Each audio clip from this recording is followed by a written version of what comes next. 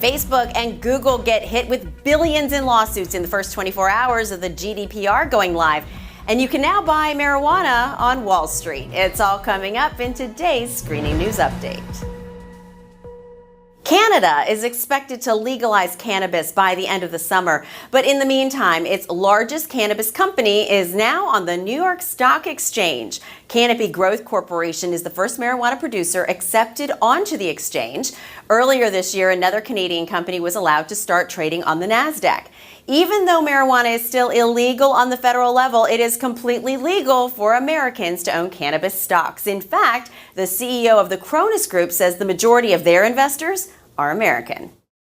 Europe's new general data protection regulations went into effect on May 25th, and within the first 24 hours, Facebook and Google racked up nearly $9 billion in lawsuits for allegedly failing to comply with it. The suits were filed by pro-privacy advocate Max Schrems. He's an Austrian lawyer who's been after these big companies for their use of private data for years. Schrems says Facebook, in particular, is not living up to the agreement because users are forced to share personal data in order to use the platform. Both Google and Facebook deny they violated the GDPR in any way.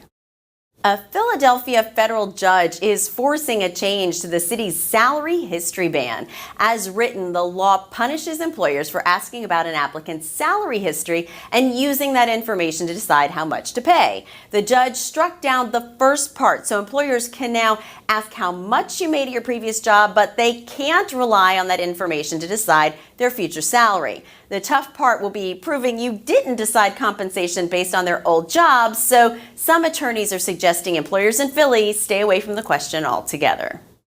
We've been keeping a close eye on the nation's opioid crisis. Now there's a new discovery that shows just how much these drugs are affecting the nation, and not just the people taking them for pain.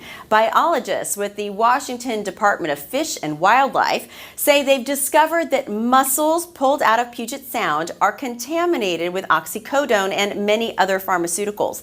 The biologists say they also found antibiotics, antidepressants, chemotherapy drugs, and heart medications in the shellfish. The levels of contamination is low. They say you would have to eat 150 pounds of mussels to have any adverse effects, but scientists are still not happy with that discovery.